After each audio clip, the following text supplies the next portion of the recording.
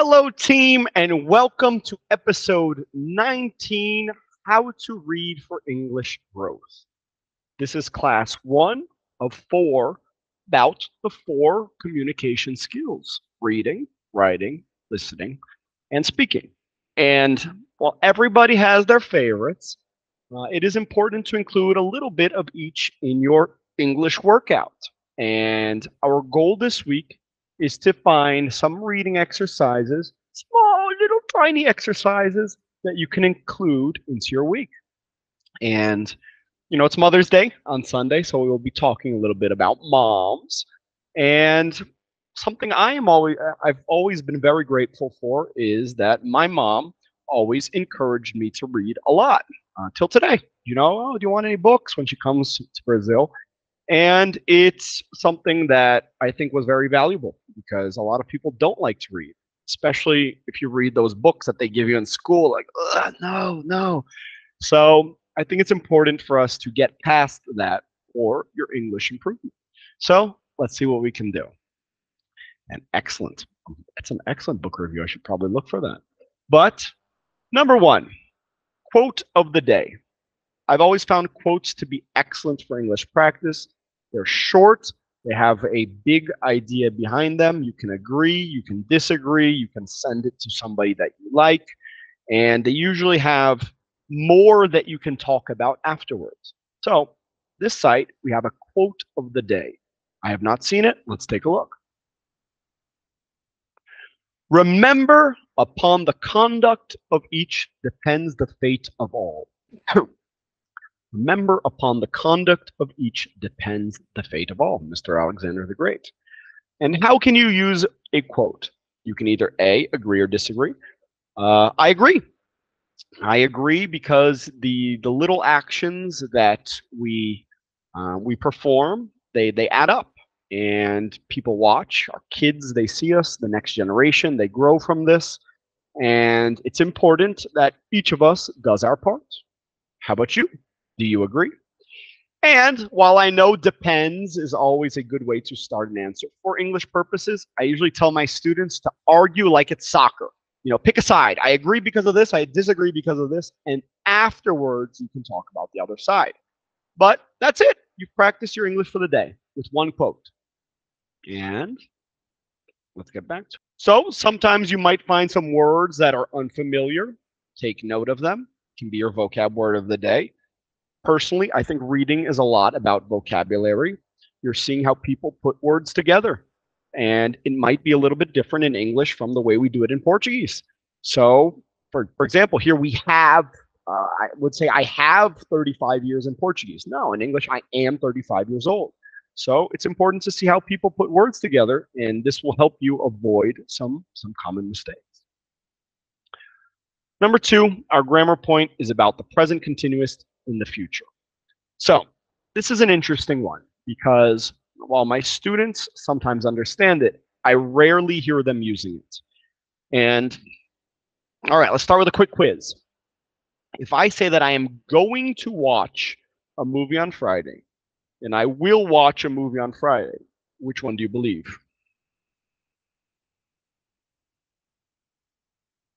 Well, the official rule is that will, it sounds stronger.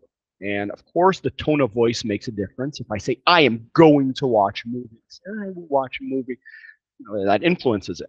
But the official rule is that going to is more like an intention. I'm going to watch a movie on Friday, but if you invite me to something cool, I'll do that. If I say, I will watch a movie on Friday, I've already maybe scheduled it with Patricia. But we have a third option. And this is unfamiliar, at least for my Brazilian students, because it sounds weird if we think about it in Portuguese. You could say, I am watching a movie on Friday. And why would we want to do this? It's almost like we've already started the motion. So, if I'm going to watch a movie, it's an intention. I will watch a movie, it's pretty much set. But if I say, I am watching a movie on Friday, it's like I've already bought the ticket. Maybe I've got the popcorn combo. And of all of them, it's the most firm, it's the most fixed as something that will happen. And we can use this for things that we put into schedules, plans or arrangements, and like I said here, that are already decided and scheduled. So it's of all our options, the most concrete. And you don't have to use it, but it is good for you to understand because native speakers, they do use this a lot. So let's take a look at some of these examples. I'm meeting my mother for lunch later. If I just said I'm meeting my lunch, I'm meeting my lunch. I'm meeting my mother, you kind of understand right now. But if I say later, it's almost like I pull it into the future. And the second example right here is the only one that I actually hear people using. They don't even realize it. We are going to my parents' house this weekend. Why? If we were using the going to form, it would actually be I'm going to go to my parents' house. But with go, we naturally use the present continuous. Andrea is watching Dune on Friday. And this is a great example because if I removed on Friday, you'd imagine Andrea in front of the TV or at the movie theater right now. So, just to practice, make sure you're okay. What are 3 examples about your week using the present continuous in the future? Remember, you should have one of these anchor words. For example, somebody asked me a question, what are you doing later? I can just say, I am watching a movie. I don't need to keep saying later, later, tonight. But it should be clear, very evident. It should be something that you could easily put into a schedule. So, what are you doing tonight after work? I am picking up my map for an event I'm going to tomorrow. And see, next one. Team, I'm really excited to start this. I've officially started my book club, and I have a lot of students who ask for recommendations for books. And I read this one, and after a few pages, I was hooked, and I read the whole thing. Thank you, Mr. Sergio, for the recommendation. It's called The Celestine Prophecy. And I'm not going to put a time limit. Each person reads at their own speed. If you're doing it in English, it'll probably be slower than your original language. So what's important is for you to be reading, even if it's 1 paragraph a day. And that's my recommendation. It's my pick. I thought it was really cool. It was a different book. Some of my students were familiar with it, but I loved it. And I think it's a book that can benefit many people to think about. So some vocab words, a novel. Sometimes my students think of a soap opera. A novel just means a fiction book. So a book of fiction like this is a novel. And hooked, it's like when when all of a sudden you can't stop. You get addicted for a short period of time on something. And while reading the book in its original form is always best, I did send this little summary if you're not going to read it. And some questions related to the book. How much do you believe in coincidences?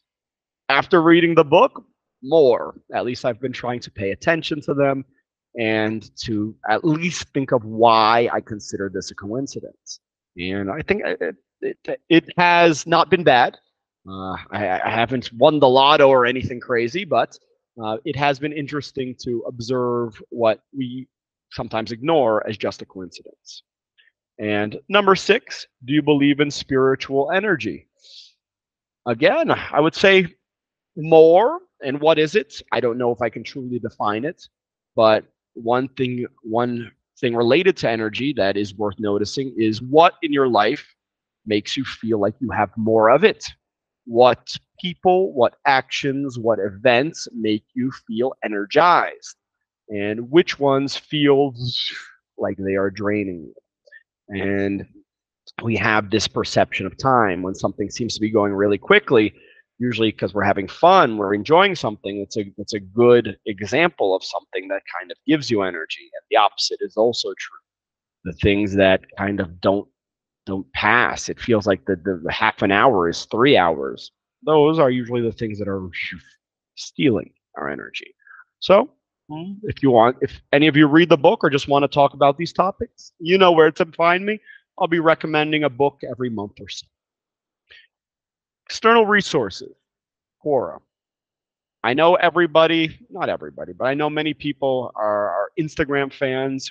My personal favorite is YouTube of the social medias.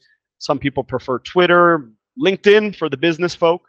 But this is another social media called Quora, and it's a place where people answer questions, hopefully well, but you can learn a lot of interesting things there. And I think for English practice, it's great. I picked one. about somebody who knows Elon Musk in person and what is he like, but go on the site and find something that is more up your alley, as we would say in American English, more your cup of tea in British English. On a scale of 1 to 10, how much do you enjoy reading? Nowadays, I would say 8 because I do enjoy it, but I used to enjoy it more, and sometimes I one of those priorities that I kind of put off. So I would say 8. I do like it, but I read less than I used to. And what social media is best for you to practice English? That one's up to you. I'll let you figure that one out. What's the difference between efficiency and effectiveness? Think about it, and I will give my perspective at the end of the PDF. And your last activity for the week, Mother's Day. I found a site with some poems dedicated to moms, and I think it's always worth thanking our parents for tolerating, for helping to raise us. There's always something good to be said. And I found some poems dedicated to moms.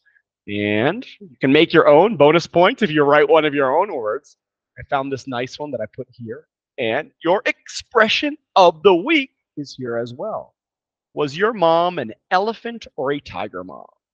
Let me know. And tell me a story to prove it. And what is a lesson you learned from your mom that helped you as an adult? I mentioned the reading above, but always brush your teeth before going to bed. I've never had a cavity. Thank you.